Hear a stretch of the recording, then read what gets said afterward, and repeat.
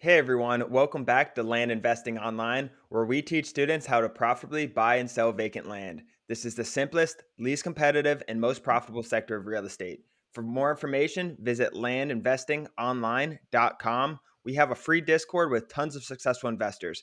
Come learn from the best. Please, guys, if you're watching this on YouTube, Spotify, Apple, please like and subscribe this channel. It really moves us forward and it means a lot to Ron and I. But anyways, I'm Daniel Apke, joined again by my brother and partner, Ron Apke. Welcome back, Ron. Hey Dan, good to be here. Let's go over a question before we get into today's topic, which is the topic is how we made our first million. I kind of made this one more of a story of how we got started and our journey, rather than just telling you the steps of everything we did. It's more of like a story, I think. But let's get into this question. It is I just got my first purchase agreement back, and it looks like I can buy it for $30,000 and sell it for 110,000. The seller is out of state and seems hesitant about signing the closing docs because they will not get paid until the closing attorney receives the docs back. Any advice to ease their mind? They seem determined to sell, but they don't want to be scammed. First off, congratulations on the buy 30, sell 110. That's awesome. This is very common. Ron, I'm going to let you take this away since you're handling the title. Yeah, there's building a rapport with them is really important, which I'm sure you have, but naturally they don't know you, so there's going to be some hesitancy. One thing we do a lot, and if it's your first purchase agreement, you may not have that relationship yet with a title attorney or title company or an attorney, is actually have them call the title company. Even if you don't have a relationship with them, you can tell them like, give them, here's my title company's information, my contacts here. Give your title company a heads up that this person's going to be calling, that they might be a little skeptical. And then maybe even once they get the documents, have them review the documents with the seller. 9 times out of 10, this seller, if like you said, they're determined to sell, they're going to go through with the sale if they're determined and everything.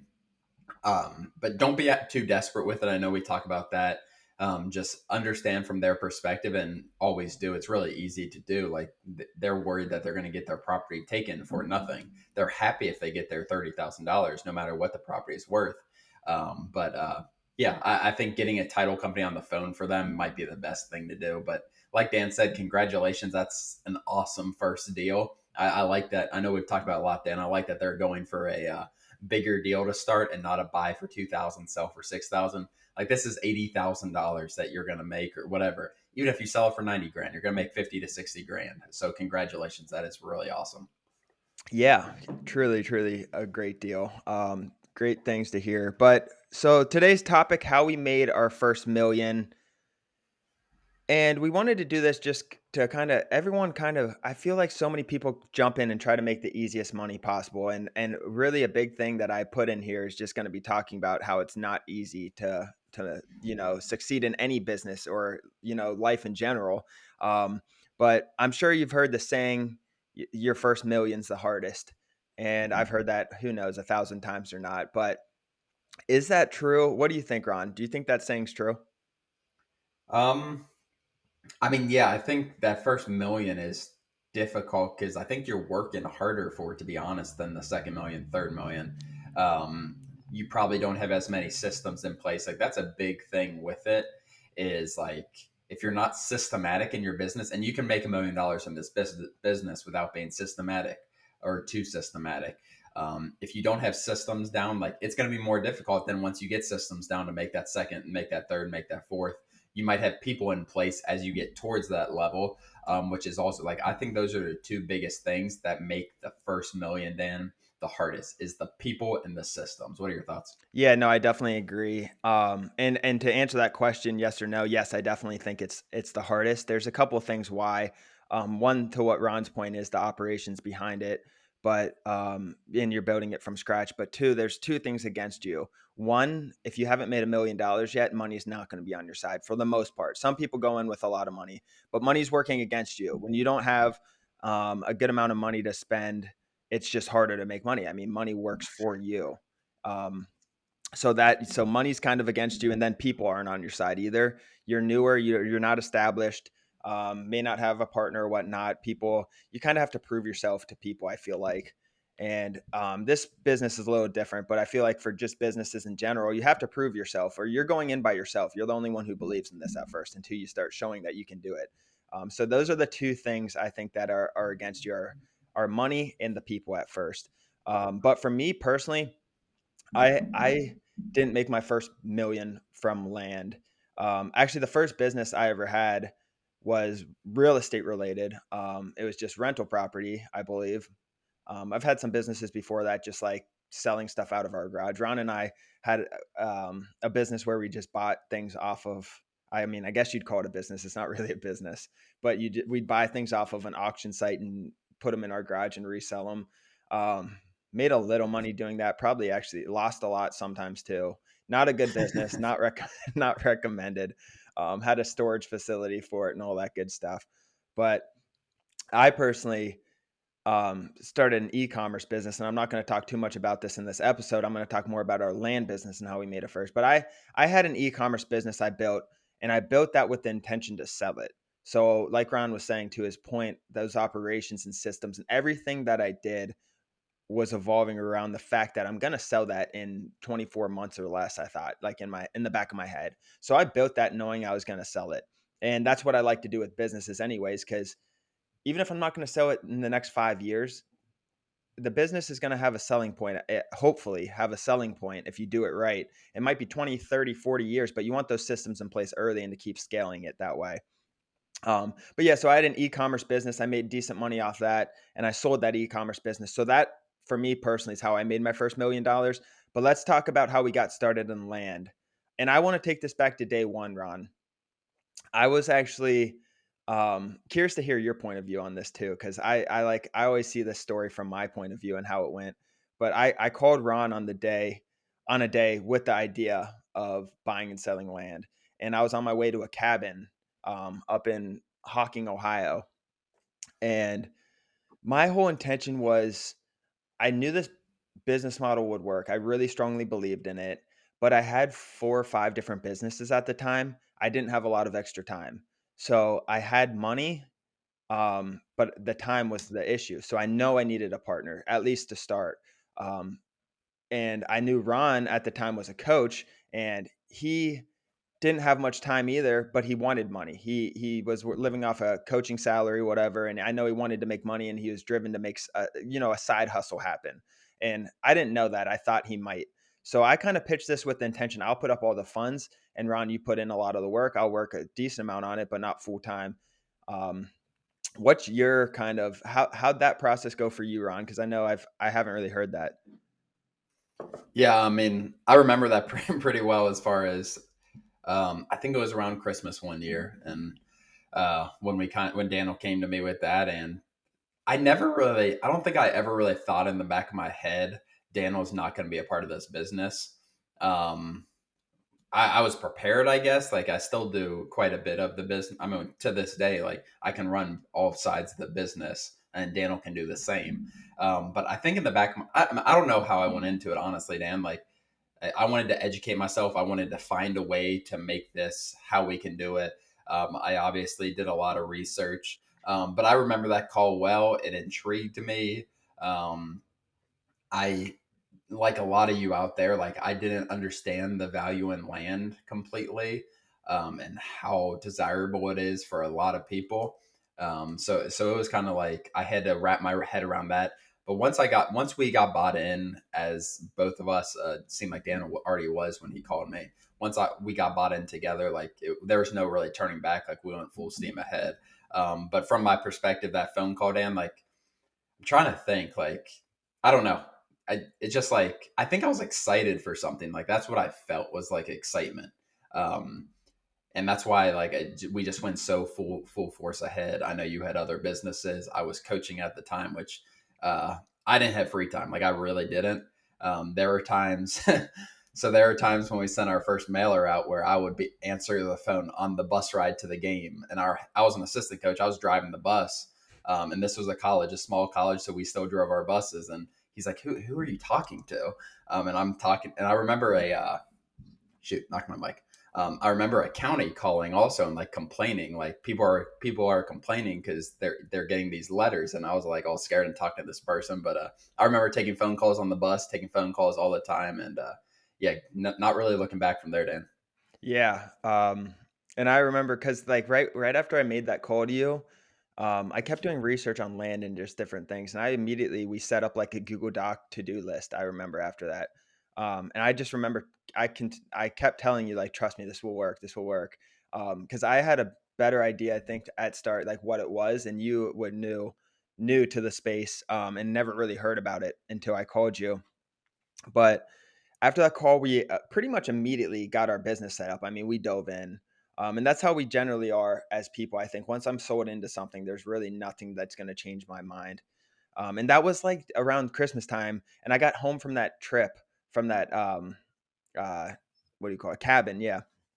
And we ended up sending out mail on Christmas Day. So I remember we were sitting there, we were going through, we had data. We were trying to mail merge, doing all this thing. We literally probably spent 5 to 6 hours Christmas Day. That's how excited we were.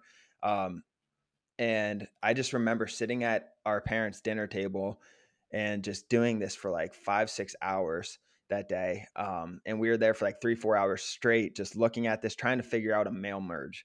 And we couldn't figure out this mail merge. And little did we know we didn't even need to do the mail merge, but we thought it was good to know for whatever reason. And we wanted to. And we couldn't figure this out. And I went to bed at like midnight after looking at this mail merge all day. And then I woke up the next day and Ron was like, I figured it out. And I didn't believe him at first, and then he showed me. But that just shows like how invested we were. The whole point of that was we were working through Christmas for multiple hours. We were so bought into this, and we believed so strongly, and everyone thought we were crazy. Like I was pitching this idea to my parents, pitching it to friends when we were doing it because we were like possessed with the idea. And everyone just thinks you're crazy and just doesn't think it's going to work. And they're all skeptical. And that skepticism is what drives me. Honestly, like that skepticism and doubt is one of the key drivers of everything I do. Um, but did you have that too, Ron, where you just think, I don't know, 'cause everyone's motivated from different stuff. I love when people doubt me. It just makes me it just like I feel it in my heart right now just talking about it. Like it just drives me and I like to prove people wrong. Do you have that too when you're pitching this idea to people, Ron? And they're like, "What? Why would you be able to buy land for 40%, 30% of what it's worth?" Like that those comments are what drive me. Yeah, I mean, I don't think I really pitched it. I mean, I think maybe you did if you pitched to other people. Like, and one thing, like we talked about Daniel's, or you talked about your drop shipping a little bit. Like that helps. That previous success definitely helps in selling this business. To I think it did in the back of my head. Like I think that's just natural. Like Daniel built this e-commerce business that did really was really successful, and he was able to sell it a little after that. Um, no, I don't really. I just get really like into once I get, and you do the same thing. I think your motivation might be a little different. I think my motivation was like I don't know. I just got excited about when I get excited about something like I was with coaching when I was coaching and being 100% into that, and it's just like I was excited and motivated to start. I saw the potential in it, so that's what really excited me. Just everything from that. Like I do get that when people doubt in anything, like I like being not good at something initially, whether it's flipping land or a sport. Like I love learning new sports and getting from being like crap to being able to compete with the person who taught me. Like that motivates me, like being below people. And I talked to my son about this because it's his first year like playing competitive baseball, and a lot of these people have been playing for 5 6 years, and he just wasn't good at first, and like the where he's come from the start to finish, like that motivates me just watching him do that. But no, I love that part of it, not being good at something and educating myself and learning and being better than other people. And yeah, so I guess you can say that, Dan, but I think I'm more competing with the people in the industry, whether you might be people outside who are doubting you a little bit. Yeah, and real quick story time, Ron. Tell the audience about Callan or Ron's son calling our father, our dad, and telling him about the hit. Just that's a good story with competition. Yes. Yeah, so he couldn't hit the ball. Like he really he's 9 years old, and like I said, he's playing with people who have been playing since they were 4. Like this is his first year, and it was probably 6 or 7 games. He got walked a bunch. He got hit by the ball a bunch when he was batting, but he hadn't made any contact. And he wanted to call my dad because he finally hit the ball. So he calls my dad and he says, Grandpa Apke, I hit the ball. He's like, you did? Did you get on base? He's like, no, I didn't. He's like, well, what happened? He's like, it was a foul ball. And so it was like, so his first time making contact with the ball was a foul ball just left of third base. But he was so excited, and like where he's come, like I was excited when that ball was rolling 4 miles per hour down the third base line, also, even though it veered off foul. But no, that's a good story. And where he's come from, like I said, where he's come from in that league, and like I don't see the end point. I see like where he's come from, and that gap from where he's come from to where he is right now is huge. Even though it's not like still not competitive, I think he Yeah, does. Dan, he does have the coach's wife showed me he does have the second highest on base percentage on the team. that's Uh, he, crazy. And you got to yeah, know he's your little. role. He squats down, and yeah, he doesn't swing at balls. Yeah, it's like it's just comes down to that, like knowing your role. So he knows he's not going to hit the ball if he swings. He might make contact and foul it, but he's probably statistically not going to hit it yet. He's going to get there. But yeah, so he knows his role. He's going to walk and get hit, and that ball is going to be aiming at his leg, and he's not going to move out of the way. He's going to eat the ball. Uh, that's a really good story about competition. Celebrate the small wins, though. He made contact. It rolled down, went out, veered Yeah. off third, and he celebrated. He was excited for it, and that's the whole point. And so let's go back to our story then. We didn't so after we sent that first mailer around Christmas, I think we sent one like a week or two later again, maybe even shorter than that. And we didn't get any deals from our first two mailers. So we continued to send, I think we were sending 10K or so a month at first. Um, and I was looking at our CRM earlier, and I believe it was around February where we got our actual first good deal. So it's December to February and late December. But we are aggressive with mail. Like we didn't get any on our first two at all. I mean, they were just bad counties. Knowing everything I know, like if we have a member tell us one of like any, I can look at counties now, just some of them, like some were desert squares we were sending, things like that, just not good counties. Um, but we continued to send out 10,000 or so a month, got our first deal in February. And by April, we were really buzzing. I was looking this morning and I didn't realize by April, we were buzzing with acquisitions. We weren't making money yet because we had to sell the property still.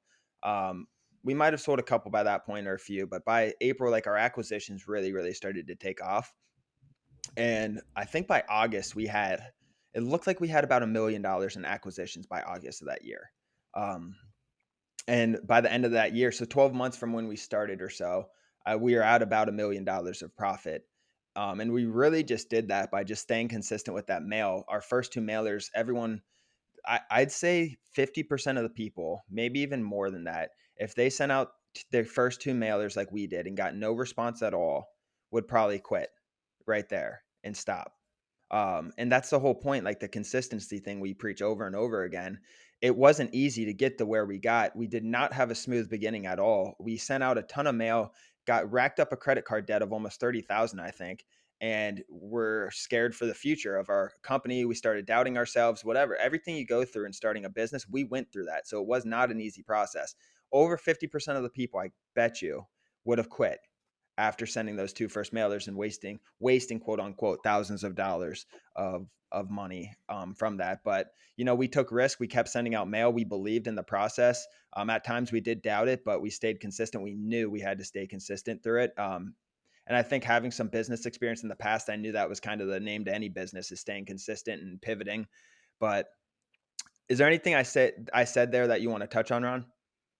No, I think that's I'm trying to think. Like it would have been easy to quit or stop. Like Daniel said, I think our first two mailers might have been 5,000 mail, maybe even less than that, maybe 4,000 mailers, and we didn't get anything. They were bad counties that we chose. Like Daniel said, he wouldn't suggest mailing there. But we go pretty in detail. Like we had to educate ourselves through this. Like we had to teach ourselves what was working, what wasn't working. Like that's what made it difficult, and that's what we tried to. We I don't want like if you get instant success with our course and sending mail, like great. I think that adversity is what really made us successful and made us grow, because we had to really analyze our business. We had to really believe in it, because like Daniel said, like we were down a lot of money. Like it's the fact. But if you quit, then you're out all that money. It's done. And I don't think quitting really ever came into my mind, because we believed in it. Like, why did we believe in it in Christmas, but not in March or not in February or something like that? Like nothing changes that fast. You either believe in it or you don't. Um, don't worry about the. I mean, worry about the money, but don't worry about like that. Can't change your mindset. And I think having Daniel and him having me, like I think that really pushed us through that part, because it was difficult at times, and we're not trying to sugarcoat stuff. But like I said, we had to educate ourselves then about so much different stuff. So we really try to kind of take that into our course, and uh, mailing some of those little places it's not profitable, to be honest. Yeah, and we started focusing on bigger deals and really meeting with people and diving into things and educating ourselves. Um, that's the biggest thing. I mean, we stayed consistent not only with mail but with education and just constantly questioning, our processes and where we're sending mail and how much we're sending for, and questioning our pricing and really just adjusting things and changing things and trial and error. And it took a long time, but we really were full time at this and stayed consistent. Um, and yeah, it got hard, but you have to take risk. And this is going to happen if you're not faced, like Ron said, if you're not facing that adversity at any point in your business career, it's going to happen. So I'm going to stop there. Like, you're going to face it, whether it's now or whether you have success off your first mailer, and in a year something happens to the market or something happens to your business. That adversity is going to come eventually. I don't know what it's going to be. For me, for my e-commerce business, there was something every day there's something else. I mean, I got sued. I went the banks held money from me. I had to rack up a big credit card debt when I first started that because my merchants weren't paying me out because of the risk of my business. So I was literally operating off a credit card while not getting paid from my merchants. So the money just wasn't transferring to me. I just had to operate in debt until they released it. There's always going to be something, even if you're successful at first. That's awesome. We talk about sustainability a lot. It's going to happen where these things come up and you have to get through them. But some key takeaways of our story. So we did it in about a year. It took about a year or a little over a year to make our first million. Um, Another key takeaway, it was not easy. We had to fight through challenges. It's never going to be easy. If you guys want easy money, it does not exist. So you're in the wrong place. We preach this business model is great and very profitable and relatively easy compared to other business models, but it's still, there are obstacles with it, just like any other business. And another key takeaway, yeah, like I said, we struggled our first year. But a big thing was once that April hit, like I said, once we got that momentum has never left. And I'm not saying it won't leave, but once we got that momentum, it stayed. And we've run into obstacles, obviously, while having momentum. Run into a lot of obstacles, still do. And as you grow a business, the decisions just get bigger and bigger and bigger. So those decisions that once felt huge to us when we were small and just starting, they're now bigger decisions. Hiring decisions, firing decisions, big banking loan decisions, things like that. But the key takeaway is once we got that momentum in April, those acquisitions kept flying in, everything kept flying in. We started hiring, started selling a lot of properties, and it just kept consistent with it. So once we really hit that threshold after about 4 or 5 months, it took off and it stayed like that. Yeah, I think so realistically, Dan, like I was thinking when you were talking, like how did we make our first million? Like obviously getting through those, being consistent. We had a county that we mailed where we mailed. We've probably talked about it before. Where we mailed about 1,200 mailers, and we made $500,000 off that. It wasn't one or two deals, like big deals. It was 12 deals or 13 deals we got off of 1,200 mailers. And we, like I said, we made $500,000 on that. That was probably 6 to 8 months in. It might have been our 10th or 12th mailer. And everyone's like, I wish I could get a county like that. I wish I could find a county like that. It's not finding a county. Like we didn't pick this county and say we're going to make $500,000 on this county. We just picked a bunch of counties and kept mailing, and kept mailing, and kept mailing. And that consistency is what made that county. You will get a county like that eventually if you keep mailing and stuff like that. Um, But that's how we did it. Like, it was the consistency part. It really was. That county never, if we quit after two mailers and we were down $10,000, like, we'd just be out $10,000. And we'd be doing whatever we'd be doing now. But that county came from consistently mailing, from trying new areas, from finding out things that work, things that don't work. And then it just came about. Like, it wasn't lucky by any means, but at the same time, it's not something that we can't choose that. Like, you can't pick a county that you're going to make $500,000 on. It's just not going to happen like that. But no, I think that's a good point, Dan, as far as just that consistency aspect. I know this is probably the biggest thing we say. And people might have wanted more of a story with this when we talk about our first million. But the big story is we didn't make crap for the first 4 or 5 months, like nothing. Now our goal is $1 million a month, essentially. So we're trying to scale up to that. You might think it's a lot making that first million in the first 12 months, but it's really not. And when we hit that, we got excited. We celebrated like we've talked about, but then you got to move on to bigger things and grow from there. But that consistency, Dan, we talk about it so much, but it's so darn important. Yeah, exactly. And you got to have that, like, goals are great, but you got to have that big, and I've been working a lot on this, that bigger mission that each goal works you closer towards, right? And I was explaining this to Ron on the phone last night. But we're going to have a whole nother episode on mission and vision and all of that, but there's so much, there's a bigger picture here. So once you hit that goal is what's next? What's your ultimate life goal type of thing? Um, but yeah, like Ron said, we hit a gold mine with that county, and we hit one recently too. I think as long as we're able to sell this, we're acquiring so much in one area right now. So hopefully it ends up selling like we think it's going to. But this is new. But like those, it's one every. I mean, we get a lot of deals from scattered through the counties we send, but then there's certain counties that just blow up for us. And it's one every, 20 mailers maybe. So it's really a consistency thing, like Ron's saying. But that's all I have for this episode. Ron, any last comments or things you want to add? No, I think that was really good. If you guys have any questions, email us, shoot us a message on Discord, talk about it. But I think getting started and being consistent is the biggest thing from that. And we went through struggles just like all you guys are or have or will. And we're going to hit more struggles too. It's not like when we first started, our goals were small in comparison. We hit our goals, and now our goals are bigger, and those goals are gonna feel small here in a year or something like that. So just start where you are, be consistent, and go from there. But celebrate that foul ball that you hit. Celebrate the contact Yeah, in your exactly. small wins. Celebrate your wins. Celebrate your wins. Exactly. Well, thank you guys for joining. That's all we have today. Visit landinvestingonline.com to join our free Discord where Ron and I are involved. Also, please like and subscribe our YouTube channel or Apple or Spotify, whatever you're listening on. Please like and subscribe. It really means a lot to us. Other than that, guys, we'll see you next episode. Thanks for joining. Thanks, guys.